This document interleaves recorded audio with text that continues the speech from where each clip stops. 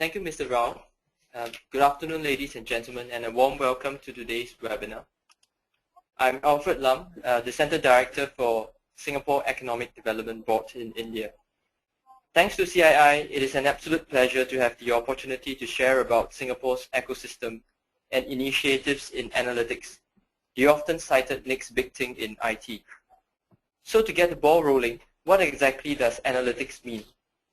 According to Gartner, analytics is a capability that enables one to organize, assess, and analyze information in order to learn and understand a business process or domain-specific activity. Technology companies are developing new solutions to help customers not only manage the growing number of data, but also transform the deluge of information into actionable insights in real time in order to extract business value. Over the next 4 segments, I will discuss the role of EDB, i.e. the organization that I represent, and Singapore's infocoms and media industry. I will also talk about the rise of big data and analytics and Singapore's efforts and initiatives in establishing leadership in applied analytics. And lastly, some case studies and potential support. EDB is the lead government agency for planning and executing strategies to enhance Singapore's position as a global business center. We report into the Ministry of Trade and Industry, the equivalent of India's Ministry of Commerce. Our mission is to create for Singapore sustainable economic growth with vibrant business and good job opportunities. A few mutually reinforcing elements are essential to achieve our mission. EDB has the mandate to promote foreign direct investments into Singapore, where we are a one-stop agency that facilitates and supports investors in both the manufacturing and services sectors. It is also important that Singapore continues to expand and extend our industry verticals to deepen existing capabilities, as well as to explore new growth areas to sustain the country's competitiveness. Lastly, EDB also works closely across the government machinery to enhance business policies and make Singapore an attractive home for business, innovation, and talent. Now, Singapore's economy is driven mainly by manufacturing and services. Despite our land constraints, manufacturing actually contributes about 21% of our GDP, with key strengths being in electronics, for instance, marine and offshore, oilfield equipment manufacturing and services. We are also Asia's largest MRO hub for the aerospace industry, and also one of Asia's leading biopharma clusters, and a global oil refining center and one of Asia's leading petrochemicals hub. Coming specifically to Singapore's infocoms and media industry, it encompasses 3 broad umbrellas. First, infocom products, which include consumer and electronic systems and servers, storage and networking equipment. Infocom services as the second umbrella, which spans internet, software, and IT services, as well as media and digital entertainment, which includes broadcast, games, animation, and publishing. Key activities that companies undertake in Singapore include managing international or regional operations, as well as developing, customizing, and creating solutions that are commercialized from Singapore. In addition, the presence of leading hardware, software, IT services, and internet companies and Singapore's strong ecosystem of public sector research institutes create significant synergies within the industry, especially in terms of R&D collaborations. Singapore's infocom and media industry is well positioned to tap into the new business opportunities of the digital age. As an early mover in infocom technology, we are ranked as one of the world's most network-ready country today. Aside from excellent infrastructure, IT companies are also drawn to Singapore because of our robust IP protection regime, good physical and trade connectivity, and easy access to global talent. Coming to the next section, with increased digitization, the rise of social media, and the proliferation of mobile platforms, companies are faced with the challenges of data explosion. Companies could find themselves overwhelmed with copious volumes of data. Just take an example from the mind-boggling things that can happen in an internet minute, circa more than 600,000 gigabytes of data being transferred, 100,000 new tweets, 30 hours of video uploaded on YouTube, as well as 6 million Facebook views. All these happening within a minute. What was once seen as a small and segregated part of the IT industry is now being recognized as a valuable resource by enterprises, which can uncover new business insights, offer fresh perspective, and enhance productivity. In particular, 3 key characteristics can be observed of the evolving nature of data. First, there has been an exponential growth in data, especially over the last 2 years. According to EMC, more than 1.8 zettabytes were created in 2011 alone. This is equivalent to 28 billion 64 gigabyte smartphones, or the equivalent of 4 such smartphones for every person in the world. The amount of data created is expected to increase by 50 times come 2020. Second, more than 80% of the world's data is unstructured, presenting both challenges and opportunities arising from the global data explosion. And third, decisions at the boardroom are no longer based on historical data. For impactful decision-making, real-time data is increasingly seen as a necessity for corporates to gain advantage because they can get insights and make decisions and adjustments to strategies faster than the competition can. Despite these challenges, we have also recognized the opportunities that big data presents. The question that the world is grappling with is how to unlock the value of this new resource. Today, Singapore is established as a global data management hub with more than 114 terabytes per second of submarine cable. It is Asia's second most connected country after Japan and accounts for more than 50% of commercial carrier and carrier-neutral data center space in Southeast Asia. Going forward, we seek to help companies unlock the value of this repository of data through analytics, through continued investments in our talent base, infrastructure, and regulatory framework. Singapore is rapidly establishing itself as a global leader in applied analytics, where companies improve operational efficiency, drive business model growth, and create new and improved products, services through the use of digital intelligence. In particular, Singapore provides the domain expertise necessary for the contextualization of industry-specific problem statements and translation of insights from analytics into domain-relevant applications. Analytics is an important enabler for different industries. We have identified 7 focus areas, which include urban services, consumer and retail, security, healthcare, financial, supply chain and logistics, as well as manufacturing. These areas were selected based on Singapore's domain expertise, in which it is enjoying leadership positions in many of these industries, as well as observe high industry demand for analytics across these sectors. Moving on to the next segment, I will discuss Singapore's analytics landscape. Data analytics has been identified as an important growth sector for Singapore. By the end of 2017, it is expected to add approximately 1 billion Singapore dollars in value to the Singapore economy. Today, there is a strong base of companies across the analytics value chain in Singapore, which span the analytics platform and tools players like SAP and SAS,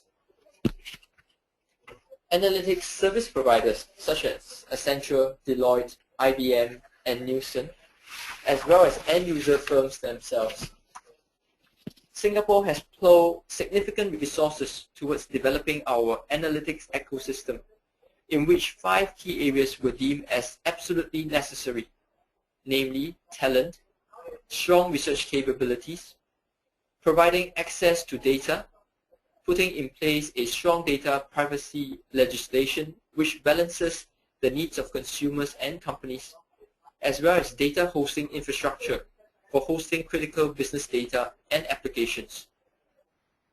Over the entirety of this section, I will briefly discuss Singapore's initiatives in addressing these 5 key supporting capabilities as we aim to become a global leader in applied analytics.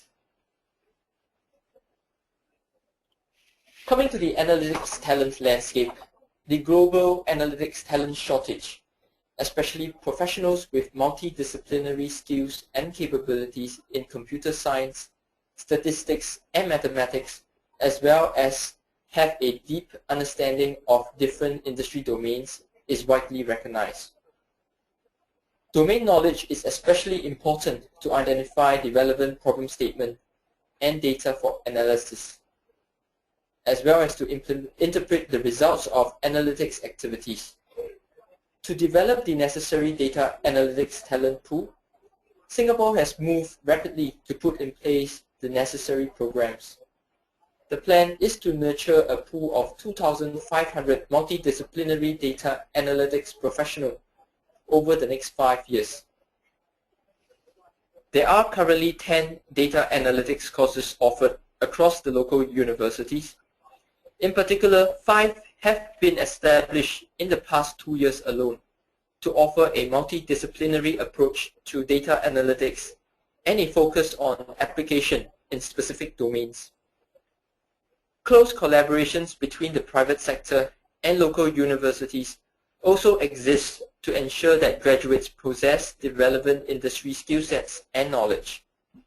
For example, the National University of Singapore and IBM jointly established the NUS Center for Business Analytics. The mandate of the center is to help students and mid-career professionals gain the latest skills in business analytics and prepare them for high-value jobs in the future. The center also offers a new Master of Science degree in Business Analytics that began in August 2013, which combines NUS's research capabilities and IBM's industry expertise. All these developments contribute toward building a sustainable pipeline of industry-relevant talent that will support Singapore's push into data analytics. NTU School of Physical and Mathematical Sciences has added a new track in analytics in its bachelor's program with a sectorial focus in finance, while the Singapore Management University School of Information Systems and Management also offer a track in business intelligence and analytics within its Bachelor of Science program. It also aims to train students and mid-career professionals in a Master of Information Technology in business, focusing on service sector analytics.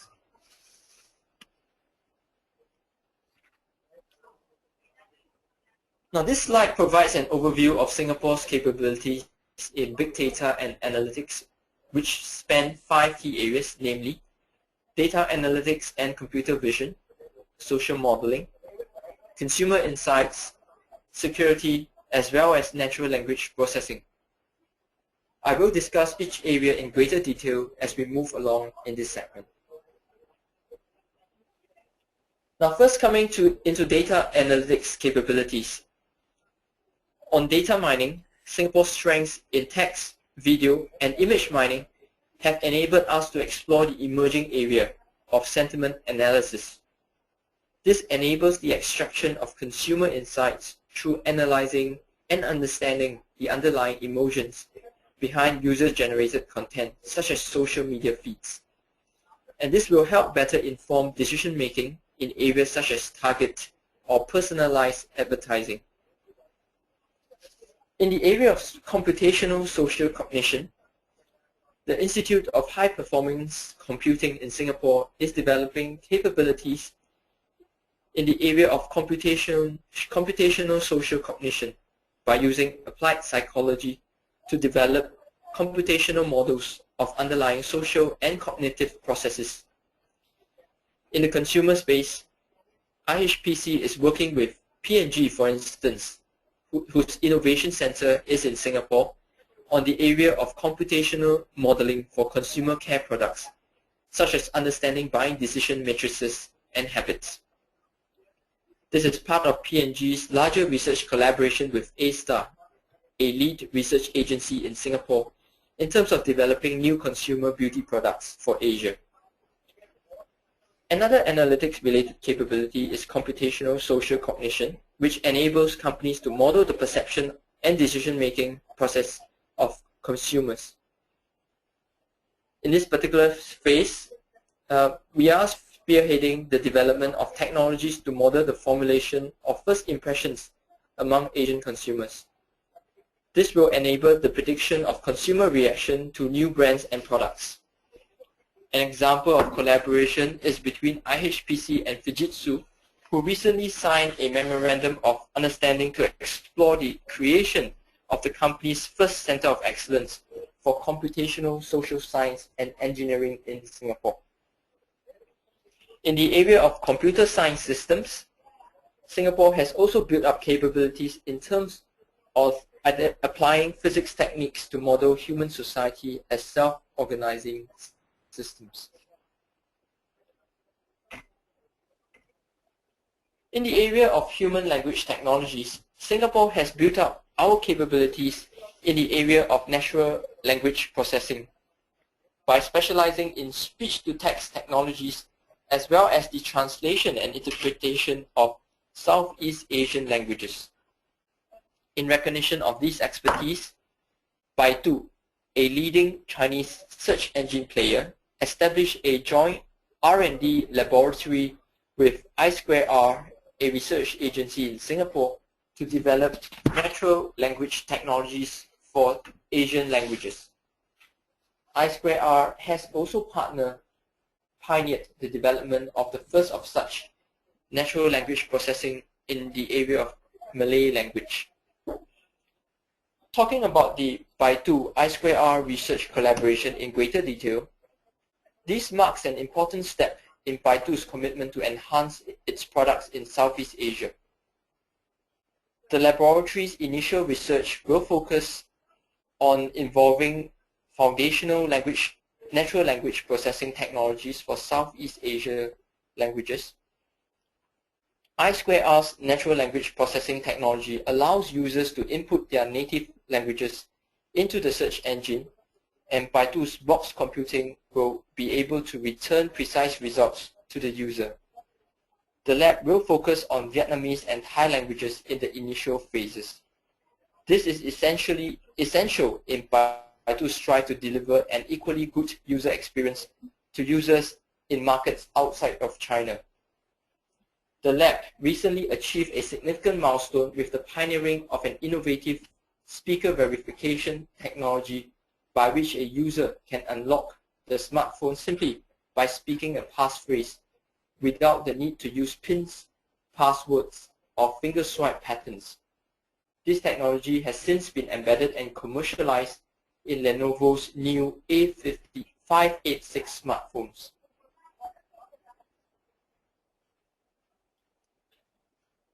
The I2R, or Institute of Infocom Research, which I've made a few mentions in the past couple of slides, is one of two key IT-driven public sector research institutes in Singapore. It addresses a variety of data types which come through in many types. Examples include numbers, text, images, and videos through various key analytics techniques. I2R's capability in computer vision will allow for multimedia search, and its natural language processing capabilities could be useful for the analysis of shoppers' insight. Beyond understanding the Asian consumer, companies can also optimize their operations in Asia by tapping into Singapore's capabilities in data mining and machine learning. I2R houses one of the largest data mining teams in Asia and recently won GE's FlightQuest competition for beating the industry standard in predicting gate and runway arrivals for aircraft by at least 40%. Such capabilities allow companies to better predict their operations in a cost-effective manner and to increase the quality of their services. Similarly, another collaboration saw Visa partnering I2R to research the application of analytics to transaction data to detect online fraudulent merchants. This provides the opportunity for companies to develop solutions to effectively respond to the evolving threat of fraudulent activities within Asia itself. I2R is able to address all these challenges through a few key areas. Data mining by using computer science techniques to allow automatic learning of patterns, and is a key enabling technology in analytics. Human language technologies allow us to automate the understanding of what people say and write, as well as provide innovative services around voice and unstructured text, such as Twitter. I2R specializes in particular at Asian languages. The third area is that much visual data is generated on a regular basis, such as images and videos. However, it is a challenge to understand and analyze the data, and I2R has built up capabilities and techniques in this area, such as video surveillance for behavior and event understanding, object and scene recognition, gesture and facial expression recognition, as well as video content indexing and retrieval. Around all this, security and privacy-aware computing must also be conducted, and I2R's capabilities include cryptography, mobile device security, as well as digital forensics. The Institute for High Performance and Computing, or IHPC in short, is the second IT-driven public sector research institute in Singapore, and it broadly deals with volume and velocity of data. This is relevant to companies who deal with big and fast data, as well as those whose existing analytics techniques are insufficient to address the problems, given IHPC's focus on investigating emerging analysis techniques. Specifically, it addresses three broad areas. First, efficiency, where IHPC has strong high-performance computing capabilities, and this is pertinent, especially for analytics requiring high-performance resources. For IT infrastructure vendors or users who need custom infrastructure, IHPC could be a good partner. IHPC also has strong capabilities in workflow management for big data, such as workflow automation for managing the data analysis for problem statements like weather, traffic, DNA, and so on, as well as optimizing the use of computing resources on a hybrid cloud. On insights, these are techniques for high-velocity data, as well as some emerging sets of analytics techniques which have not quite hit the mainstream yet. This will be relevant for companies who have complex systems with many interacting parts to understand, such as highly visual problems, or require deep understanding of human cognition and social behavior. Computational social cognition is important due to AI creating intelligent systems which react in believable and socially appropriate ways. And IHPC can create computational models of social behavior between humans.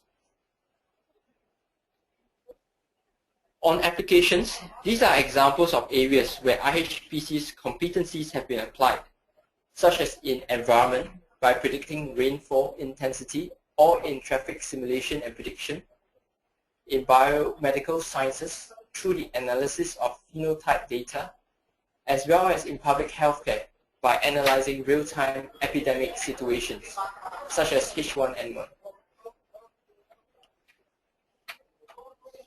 In Asia, the growing connectivity of consumers, the boom in mobile devices, and social media are shaping transaction volumes, online conversations, and consumer behavior.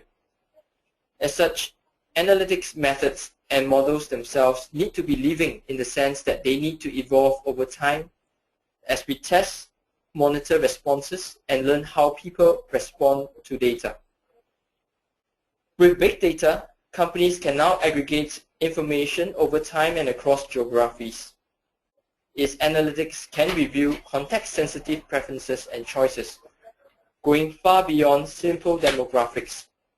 This spatial temporal analysis can predict how companies will behave as specific combinations of time and place, and guide development of products purpose-built for those interactions. Established as a collaboration between the Singapore Management University and the Carnegie Mellon University, the Living Analytics Research hopes to undertake precisely these activities and more, with a focus on analyzing real-time living consumer and social data to predict behavior. Such research areas of focus include social networks analytics and mining, lifestyle analytics, telecom analytics, and financial analytics.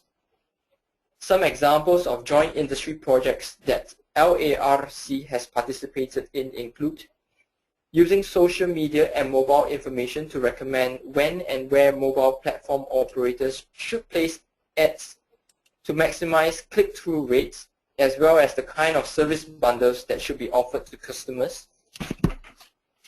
In the area of travel and leisure, where they are using analytics to explore bundling and pricing of tickets, as well as how to incentivize consumers to alter their itineraries in response to changing conditions such as queue lengths or weather conditions.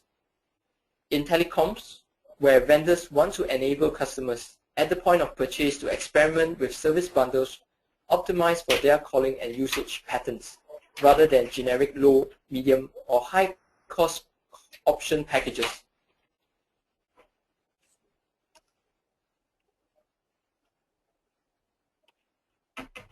This slide provides an overview of Singapore's Research Institute's industry R&D collaborations, specifically in the area of big data and analytics.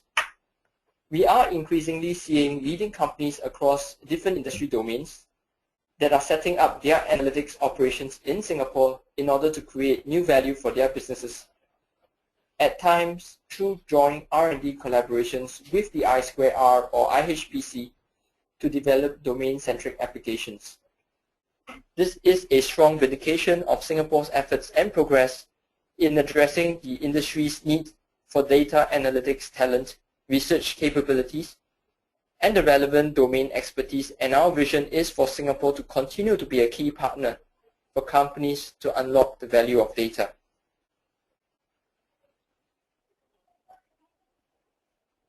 Coming to access of data, Singapore realized very early that for an analytics ecosystem to thrive, access to data is crucial.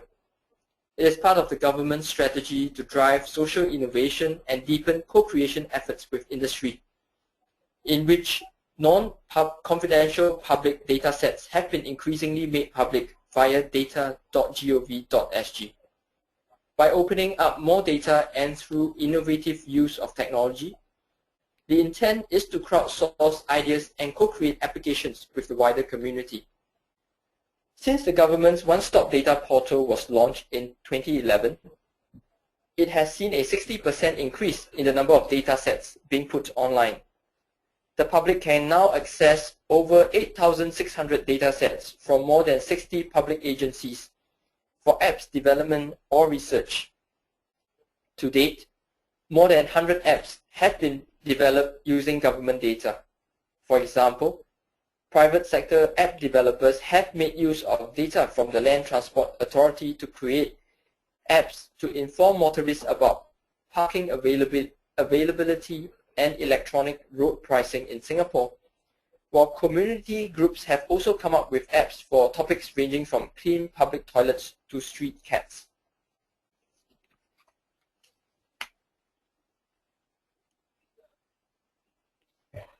All new products and solutions often require lead demand and credible widespread reference projects before there is widespread adoption.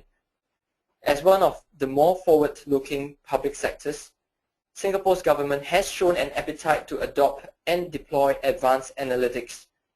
This provides a living laboratory opportunities for analytics solution providers to partner Singapore to develop, test, and demonstrate their product and solutions before scaling them up for application in other markets around the world. Some examples of government agencies in Singapore that had partnered with industry include the Land Transport Authority, which collaborated with IBM to improve the quality of the country's urban services by deploying decision support tools and more effectively model, predict, and manage the use of natural and physical infrastructure resources. One of which is on a smarter transport project to mitigate traffic congestion. The research builds upon the work done by IBM to provide traffic prediction and aims to provide decision support analytics for improved traffic management. Another example is the Accounting and Corporate Regulatory Authority of Singapore, which launched an online financial analysis tool, Open Analytics, in 2010, together with WHK Horwath, to enable financial analysis and benchmarking of corporate financial information. The last example is with the National Environment Agency, who collaborated with IBM to develop predictive models for environment concerns in Singapore, such as weather forecasting and dengue outbreaks. I will talk more about this in the case study slides.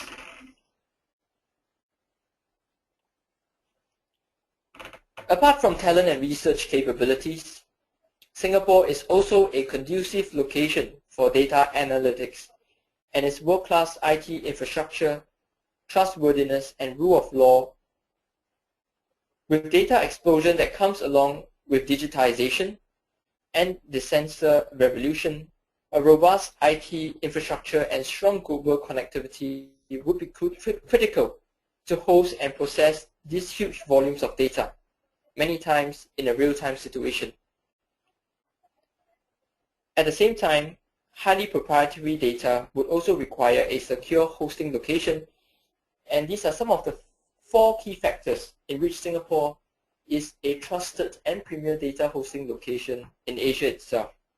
First, trust, where Singapore has a stable political environment, which is reassuring for investors. Second, connectivity, where similar to our shipping lines, submarine cables from the east, west, and south converge in Singapore due to our geographical location. Singapore has a total submarine cable capacity of 114 terabytes per second, and is the second most well-connected location in Asia after Japan. Third is reliability, and for data centers, reliable power infrastructure is very important, as this translates to the reliability of the data center. According to Singapore's Energy Market Authority, Singapore has a frequency of interruptions per year of 0.01 and duration of interruption of 0.5 minutes per year. This is one of the best, if not the best, in the world. Also, our generation capacity is in excess of 10,000 megawatts, nearly double that of our peak demand, reducing the probability of brownouts. In addition, Singapore is also relatively free from natural disasters, and data centers are very cautious of security of their data, as well as the uptime and reliability, and hence it is an advantageous position to be in, due to the free of natural disasters such as earthquakes and tsunamis.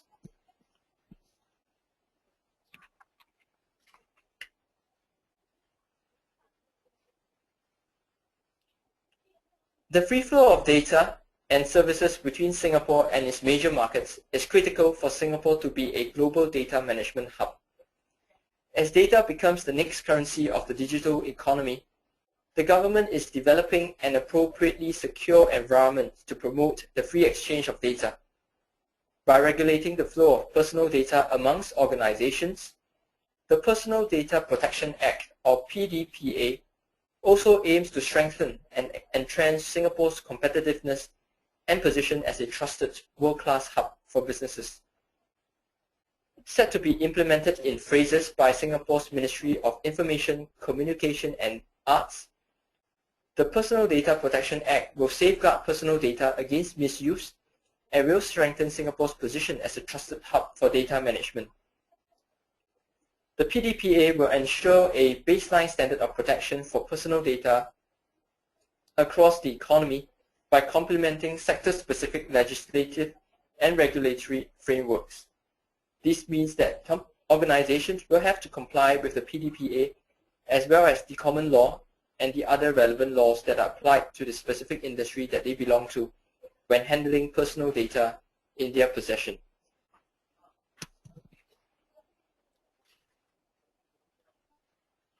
Moving on, I will highlight 5 case studies of examples of analytics initiatives being undertaken in Singapore, as well as provide an overview of Singapore's R&D and IP management regime. The first case study showcases lead demand opportunities in Singapore, where the National Environment Agency and IBM signed a 3-year research collaboration to develop advanced modeling and predictive capabilities to address key environmental concerns in Singapore, such as air quality, extreme weather events, dengue outbreaks, and food poisoning incidents. NEA is developing new ways to enhance its effectiveness and responsiveness as an agency, and this collaboration with IBM is an example of a joint research collaboration that brings mutual benefits by harnessing NEA's operational expertise and environmental data and IBM's strength in advanced analytics. The collaboration will enable researchers from NEA and IBM's mathematical experts to harness the wide capabilities of advanced analytics, including the ability to capture data in real time and turn this unstructured information into intelligence or even predictive insight that facilitates smarter decisions. By enabling accurate forecasting, proactive measures can be undertaken to prevent unwanted events instead of simply reacting to events as they occur. And coming into more developing the 4 sets of predictive models in key environmental domains in Singapore. First, in terms of forecasting weathers, where models will be developed to forecast heavy rainfall as well as wind gust speed at a given location. This allows for early warning and alerts that would predict and help the public plan their activities. Second is in the area of air quality, where models will be developed to forecast air quality 6 to 24 hours in advance on an operational basis using real-time data streams from weather and environmental sensor networks, and to backtrack air pollution incidents to identify possible sources of pollution. By tracing and tracking the pollution source rapidly, NEA can more quickly respond to the incidents through targeted inspections at the likely source of the pollution. In the area of dengue prediction, models will be developed to help predict outbreaks and to conduct scenario analysis to evaluate the efficacy of intervention policies. By predicting areas of high dengue risks and evaluating proposed prevention policies and measures, it would help enhance the effectiveness of the dengue control program. And last, in the area of food poisoning, models will be developed for early event detection of food poisoning incidents by harnessing social media analytics to complement the existing inspection regime, allowing for more targeted and timely inspections based on public feedback on social media platforms. The second case studies talk about Nielsen Analytic Consulting. Today, the purchasing power of Asian consumers has ever been more compelling, but needs also vary across markets. The increasingly affluent Asian consumers are demanding products that cater to their needs and preferences. Repackaging products meant for the Western audience and selling them in Asia will no longer suffice. Nielsen recently launched an innovation hub in Singapore called Nielsen Lab to help companies develop differentiated technologies to uncover and develop consumers' unique needs, from first-time consumers to those in the middle and the increasingly more affluent consumers. This is a first of its kind in Asia and will develop cutting-edge technologies and methodologies for assessing consumer behavior. A team of Nielsen experts in neuroscience, shopper technology, and measurement science will be based in Singapore, in which Nielsen Lab will engage experts across industries, academia, and the government. The lab will have 3 centers of excellence to drive insights into what consumers watch and buy. First, NeuroLab will use innovative neuroscience applications to measure consumer attention and engagement through brain waves and other indicators. The second lab, called Shopper Lab, will help companies optimize in-store sales by using virtual, mobile, and eye-tracking technologies to yield critical insights into in-store hot buying zones, what shoppers do, see, and feel in-store, and their expectations of an in-store experience. The third lab, MSCI Lab, will continue to drive innovation in market measurement and consumer information to boost coverage of retail outlets in developing markets, particularly in Indonesia, India, China, and Africa, to help companies understand retail trends in these emerging markets. Singapore is committed to further develop our consumer insights capabilities and to help companies understand Asia through Singapore. The Nielsen Lab is a significant addition to the strong base of innovation activities in Singapore and underpins our value as the ideal location to develop new technologies and methodologies to understand Asian consumers.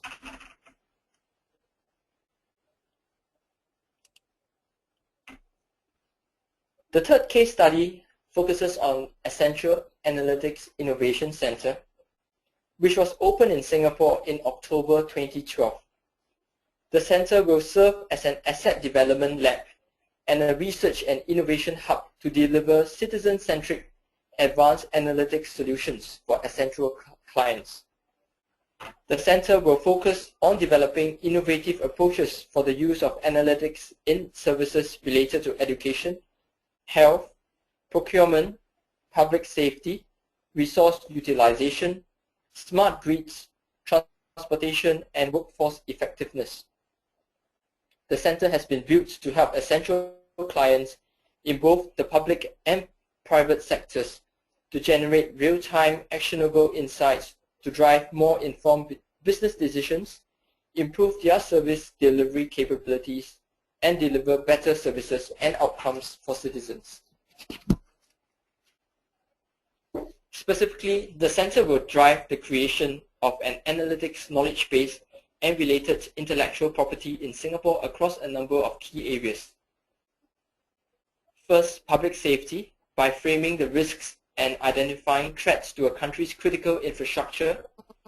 Public safety agencies may maintain safety and make insight-driven decisions into where to invest for public safety improvements. For example, identifying the analytics capabilities required to detect high-risk population segments for targeted interventions, including through the use of preventive education and active citizen engagement. Another example is through service delivery, where both public and private sector organizations can identify areas for process improvements, enterprise performance improvements that could potentially cut costs, increase revenue, improve visibility and inventory control, and enhance efficiency. For example, analyzing citizen sentiment expressed through social media and helping a postal service work towards improving its sales efficiencies, customer-related costs. One last area of focus would include workforce effectiveness, where workforce analytics can help government executives improve executive decision-making about the workforce, monitor the effectiveness of training and HR programs, reduce workforce costs, increase employee productivity, effectively manage employee compensation, and also reduce IT and human resource reporting workloads. The fourth case study that I will highlight is Deloitte Analytics Institute for Asia. To develop its Asia-Pacific analytics strategy and capability, and to better support clients' needs, Deloitte established its first Asia-Pacific data analytics think tank in Singapore. This was unveiled in July 2011, and the institute is dedicated to advanced analytics research and developing cutting-edge methods of applying data analytics to help organizations unlock the significant value of their data. The center represents a key development in Deloitte's efforts to enhance its competencies in the analytics field by concentrating and cultivating regional expertise and knowledge. Together with its flagship institute in the US and a third facility to be set up in London, Deloitte Center in Singapore supports the training of world-class analytics professionals and cross-border cooperation to offer unique analytics-based solutions. In selecting the Asia-Pacific headquarters for its think tank, Deloitte mentioned it was drawn to Singapore's forward-looking approach to develop ourselves into a hub for advanced analytics. In line with the shift in focus towards more knowledge-based, high-end activities, data analytics is amongst a key focus areas identified as being strategically important to Singapore's continued economic growth.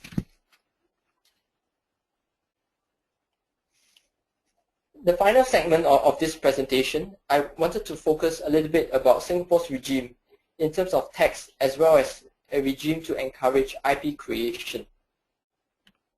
First, on Singapore's tax regime, we adopt a territorial tax regime with a headline corporate tax rate of 17%. Singapore has one of the lowest corporate tax rates in the world and second to Hong Kong in Asia. Key attractions of Singapore's regime includes the exemption from tax of all foreign source dividends, branch profits and service income, 0% capital gains tax, a group relief system, and unlimited carry forward of tax losses and capital allowances. In the area of IP protection, Singapore is attuned to businesses' needs to protect invention and innovation. We have placed a great deal of commitment into developing a strong IP protection regime. Singapore is ranked by the World Economic Forum as having the best IP protection in Asia and the second best in the world.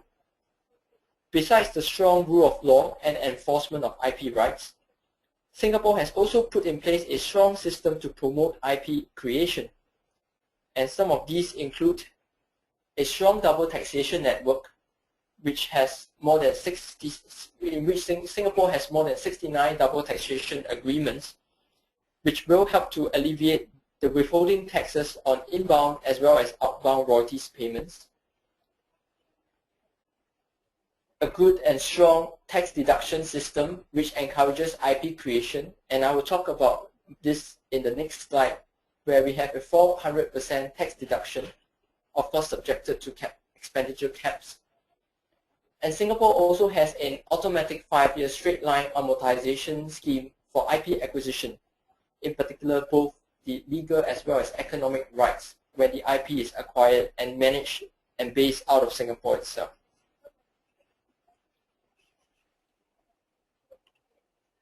As mentioned in the earlier slide on the 400% tax deduction on R&D activities in Singapore, specifically, this tax deduction will be capped at a maximum of 400,000 per activity across R&D, acquisition of IP, registration of IP, automated equipment purchase, design in terms of industrial designs as well as to create new products, and training, where there will be 400% tax deduction for each area and capped at $400,000 per activity. This in effect translates to about 68 cents of tax savings per $1 invested. And in addition to tax deduction, there is also a cash conversion option available, which is capped at $100,000 per year of assessment in terms of all the R&D activities that is being carried out within a year of assessment, and this is capped at $60,000. This slide provides a diagrammatic overview on how international companies typically optimize regional operations and taxes through a Singapore footprint. At the Singapore level, it functions as a holding company of subsidiaries and IP, as well as being a principal headquarters, which means that it takes title of contracts. The exemption of taxes on foreign source dividends, branch profits, and service income makes Singapore an excellent holding company. Profits consolidated in Singapore can either be repatriated in full to the Indian parent due to 0% withholding taxes on outbound dividends in Singapore, or reinvested into growth markets. For IP creation in Singapore, companies can avail the PIC scheme as mentioned in the earlier slide, which offers 400% tax deductions on 6 qualifying areas. Singapore's extensive double taxation agreement network also provides reduced or eliminated withholding taxes on inbound as well as outbound royalties payments. There is also an accelerated 5-year straight-line amortization scheme for acquisition of economic and legal rights of IP into Singapore. If significant activities are undertaken in Singapore, companies may also be supported with business incentives which will help to lower their corporate tax liability to below the 17% headline corporate tax in Singapore. Finally, I thought it would be useful to conclude by showcasing Singapore's position as an essential global Asia hub, one which is a home away from home for leading US and EU corporates, and the ideal springboard for Asian enterprises to internationalize. In fact, this is one of the key facets of how Singapore is relevant to the Asia growth story, and companies are increasingly looking to set up their operations in Singapore to drive business expansion in Asia itself and globally. The bottom table showcases some examples of Indian companies which have internationalized through Singapore itself. And with this, thank you for your kind attention, and I'll be happy to address any questions which you may have.